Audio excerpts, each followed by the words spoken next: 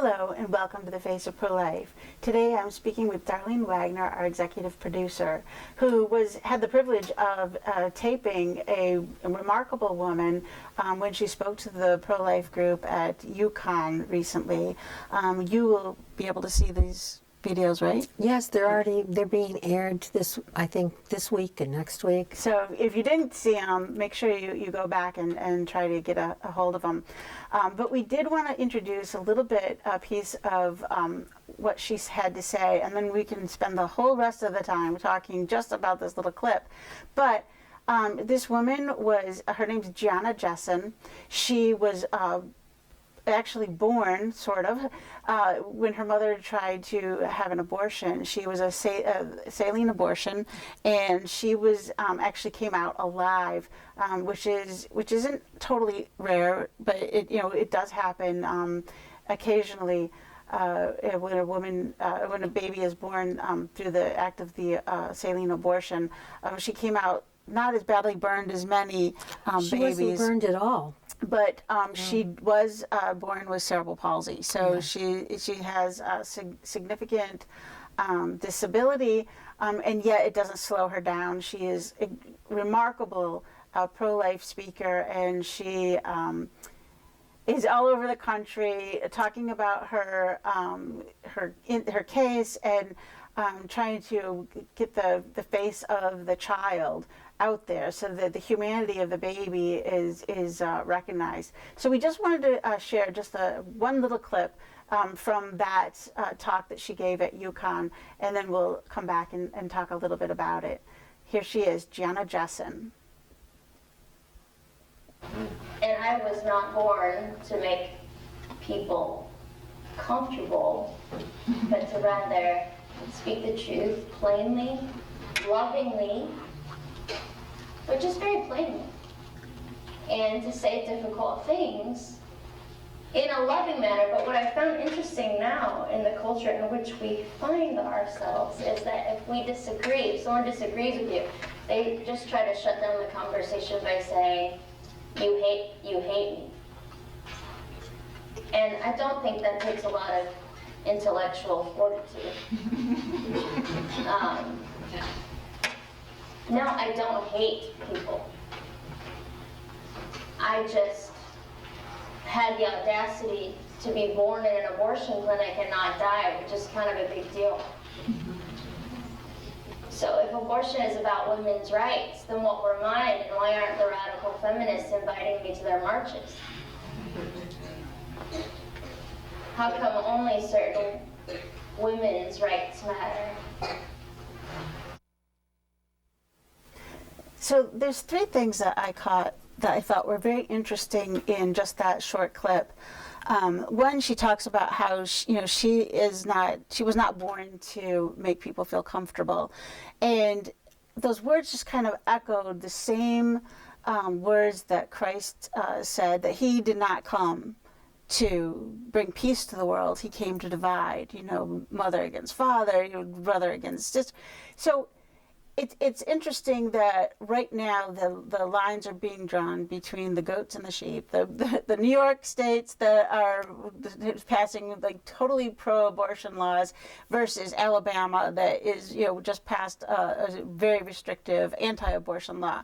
So she talks about that she didn't come to make people feel comfortable, and we see that just free speech is, people are worried about their right to kill their own children, but they're giving up their right to free speech. You can't even say half of anything you want to say nowadays for fear of making people feel uncomfortable.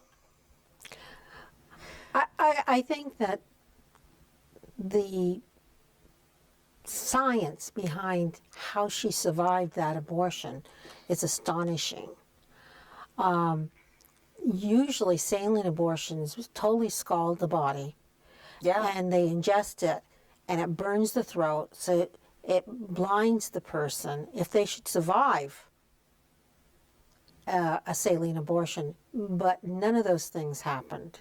She did end up with cerebral palsy, but her other faculties are amazing. She's highly intellectual, very, very warm, very intellectual in many ways, and and she talks about her life, and she says how she loves life.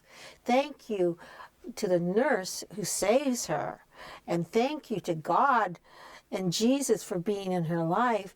She just loves life. Yeah. And so it also hits on the issue, you can have a disability and have a glorious life. You don't have to have a perfect physical, body in order for you to have the most joyous life. And she points that out. She has gone all over the world. She's ready to climb, I guess, some mountain somewhere with her new friend that she has. The other clips will show you how she talks about it. She went through everything from when she was born to when she finds out that she was aborted. And then later on in her talk, she talks about everybody always ask her, did she ever meet her biological mother?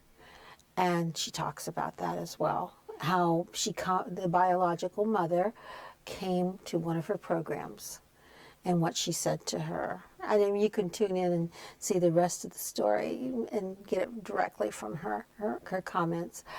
Her life has been astonishing, which means it's almost a divine plan that you can see that God wanted her to tell her story, to do the work that she's doing.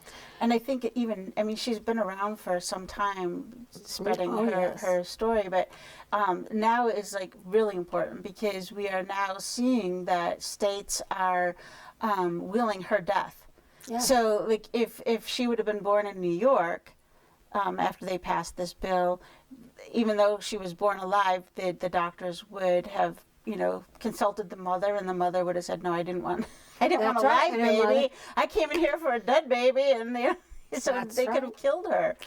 Or, in fact, she does say that thank goodness she was born at 6 o'clock in the morning when the abortionist wasn't there. Right. Otherwise, they would have smothered her or killed her in some manner, even then. Wow. And that's what saved her life, was the fact that the nurse heard her crying and called an ambulance. And she went to Los Angeles Hospital, LA Hospital, and was taken care of and put in an incubator. She was born at 7 months. Wow. So her entire life is miraculous. Yeah. The fact that she was able to talk. Saline literally destroys the vocal cords. Burns. Yeah. So... and that's and why not she talk, says, but she's a very talented singer too. Oh, she is. Yeah. Well, she constantly talks about the people in her life who intervened at some point that were her angels. Angels, yeah. And she has been placed here to speak for all those unborn children that did not survive. And when she talks, I feel as though it's their voice. I mean, you can't imagine her going around the country talking about, the right of unborn children to live, and hearing all of these women, her being a woman, saying that, they're fighting for women's rights. And she's like, well, what about my rights? I'm a woman. I was a girl. I was born. Where were my rights? You're not speaking up for my rights at all. Which is what you think every time you hear a feminist talk about her rights. Yeah. It's a me, me, me, me, me. I think I don't think it's a feminist movement. I whatever term that they took to title themselves, it doesn't fit the description of what I would regard as feminine. I know. I think it's women who are just on course to be as selfish as they can possibly be as human beings. That is not built in the female DNA to begin with. I mean, women were born to nurture, to take care of, they take care of the husband, they take care of the children, they take care of their parents.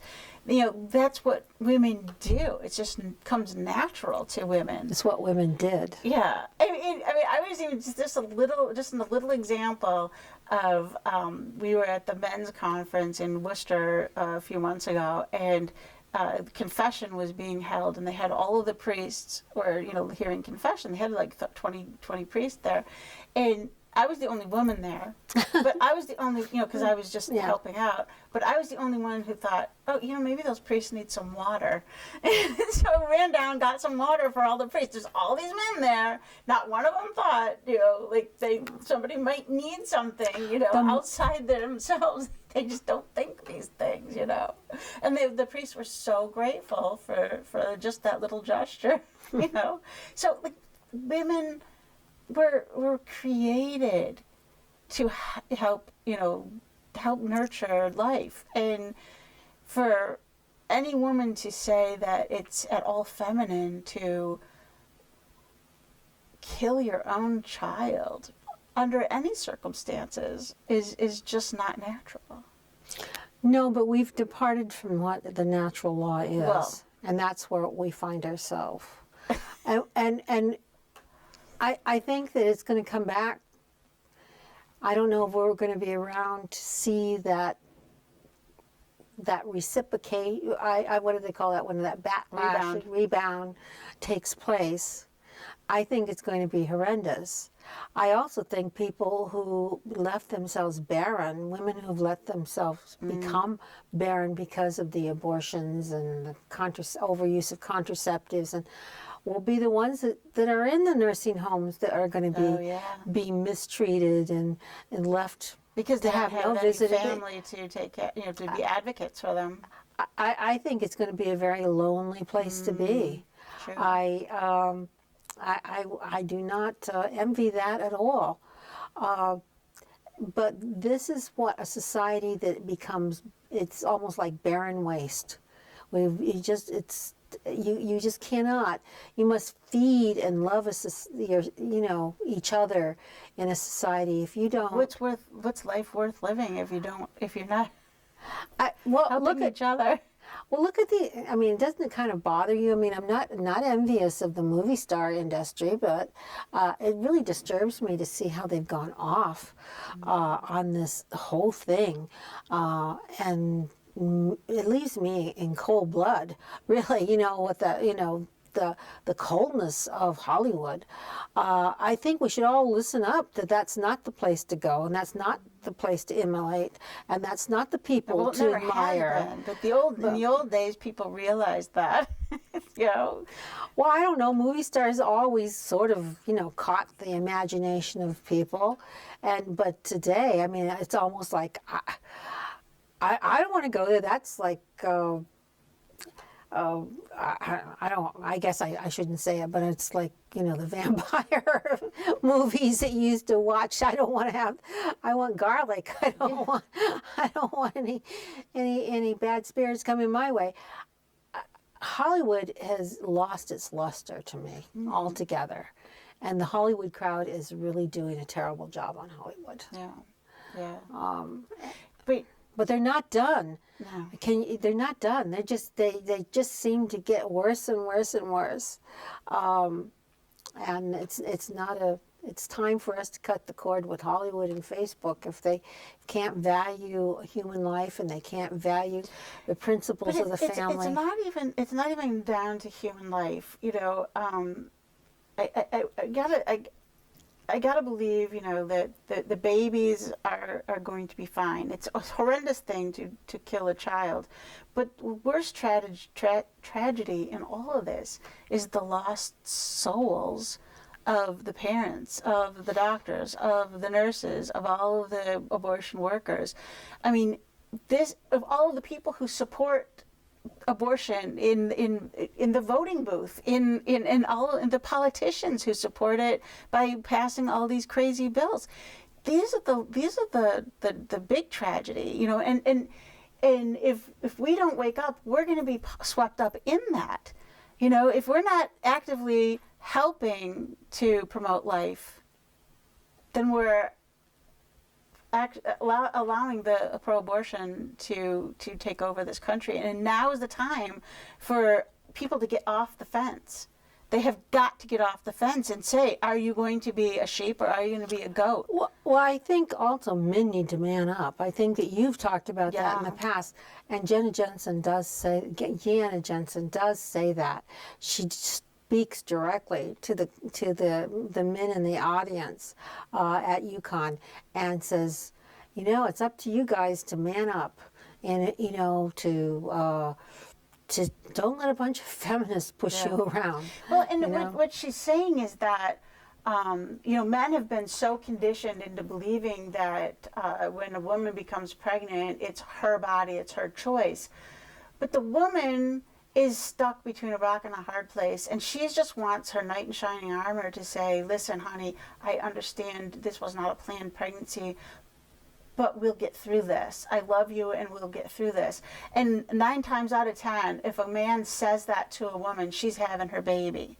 So that's what she's saying about manning up. It's not saying, damn it, you're having the baby. No, it's loving the woman into knowing that she can, have the baby. Yes. Because I've even told, we talk to women all the time. And the first thing you ask them was, what did your boyfriend say when he found out you were pregnant? And she says, well, he said it was my choice. Well, I tell them, they're conditioned to say that. Now, if the guy really wanted you to have an abortion, he'd tell you he wants you to have an abortion. It's 90% of the guys who want you to have the baby, but they're too wimpy to say that, they would support you because they've been conditioned to think that this is the woman's choice, and if she takes the choice, then they don't have to worry about it. They don't have to feel guilty about it because it wasn't their choice. Well, the other 10% then is the guy who wants the abortion. The girl has the abortion, doesn't want the abortion, has the abortion, and then he leaves her. Exactly. And then she never stops crying for days upon days upon days. And we just experienced that with someone.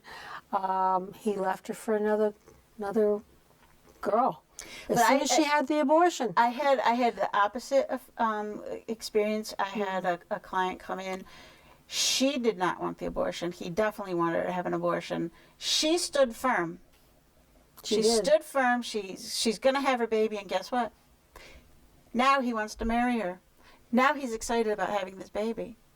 So if the woman's strong, and has the baby, a lot of times the men will come around. If the man's strong, then the woman's gonna have her baby. So it's you gotta talk about these things. You have to talk about these issues. You have to talk about the uncomfortable issues, and 9 times out of 10, the baby will survive. If you actually can talk about the issues. But there's a lot of complex things happening right now. History is being made. The sides are being divvied up. Yes. I hope we all survive this time in peace, but it doesn't look as though peace is on the horizon. But like I said, Jesus did not come to bring peace. No, he and the you're truth. going and he came to bring truth. And when you speak the truth, you're going to get persecuted. That's okay. That's okay. They hated Jesus more than they'll ever hate you. And look what. That's what is in last week's scripture. So I mean it's really time for everybody to get off the fence. You can't say, "Oh, I personally wouldn't have an abortion, but I believe another woman should have that choice." What do you hate the woman? Don't you know that you're damning that woman to hell if you say it's okay for her to have an abortion? We should do everything we possibly can to lovingly help that woman to not kill her child, to step into the light and see the truth of what abortion really is. It's not helping women in any way. 61% of the women who have abortions are, they have mental problems or turn to drugs or turn to alcohol. or permissive lifestyle. Or promiscuity.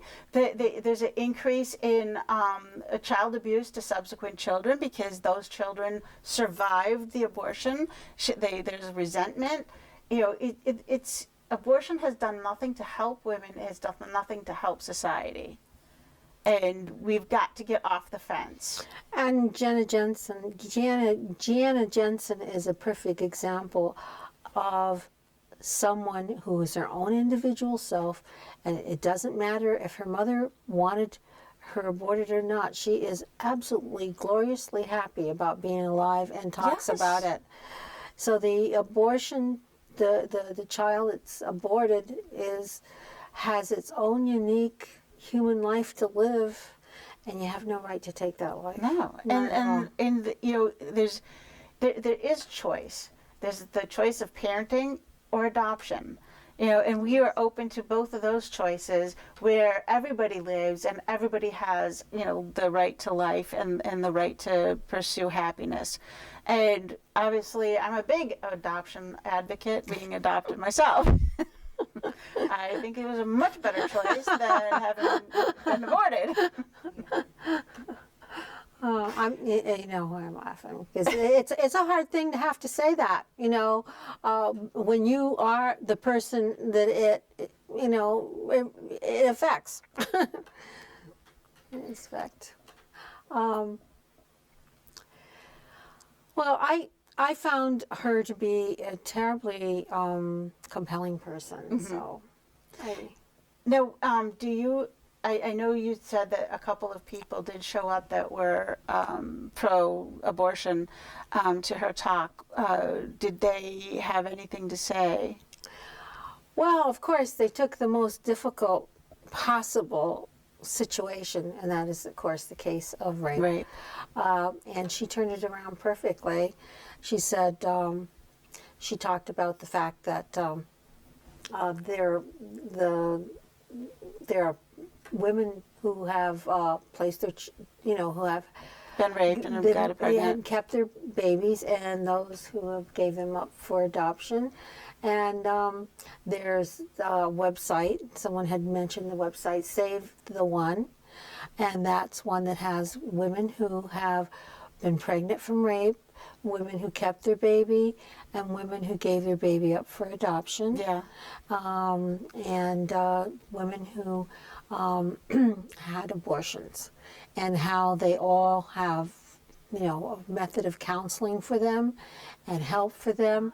And there was a comment made by one particular woman who came up to her at a program that she gave that said that she had received counseling for the rape for a few days, but that she was never given counseling for the abortion, right. And the abortion did far more damage to her than the rape. And that's not uncommon. There have been lots of studies done that say that a woman who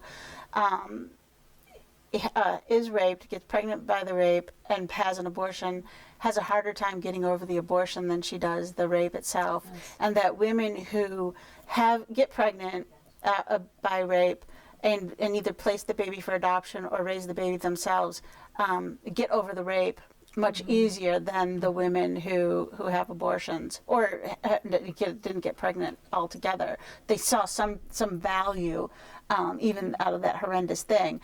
And it's like, you cannot justify doing something horrendous to somebody else because somebody did something bad to you. The guy, the man obviously should be punished for raping the woman, but the child should not be punished. That's right. For being conceived, through that. And the child's part part the woman, not just the rapist. On the website, Save the One, it does have testimonies and speakers that will go out and speak to you who are part of that group of either born from rape or have survived rape and had the child or had an abortion. They'll go out and have now changed their minds. Yeah. So you have you have a great deal of. So a lot of people, you know, our president included, who claims to be pro-life, is squiggly on the rape exception, and it's really not. It's really not being compassionate to the woman to lead her to believe that abortion is her best choice. You know, most of the women don't really want to choose that. It's society or their relatives that kind of say, "Oh, you don't have to, you know, you don't have to carry this monstrous child. You don't have to, you know, keep yourself reminded of this." So it's not really compassionate of everybody around her to talk her into the choice of an abortion. They really should support her to keep her baby, you know, to allow her baby to live. It's not just the rapist baby, it's hers. And you know, a woman has a hard time justifying the idea that, you know, a man raped her, but she then killed somebody, you know. I think she did a good job answering that question. The person who asked the question, it was a trap. It was meant to be a trap. It always is in pro-life. In fact, that 1%, there's 3%. That's less than 1% of abortions are due to rape. Yes. So in that instance, it was a trap. Yeah. And that justifies all the other They tried to abortions. do that to Jesus too. You trap him. So I'm really looking forward to seeing her talks. I know that you were airing them on the Face of Pro-Life, and hopefully our audience got to see them. But thank you for sharing that with us. Thank you for joining us today. You really need to talk to your family and friends about the issues that we talk about here on the Face of Pro-Life. Get yourself educated and speak the truth. Make people feel uncomfortable, because truth is love, and love is truth. We hope that you'll join us again next time, and when you look in the mirror, you'll realize yours too is the Face of Pro-Life.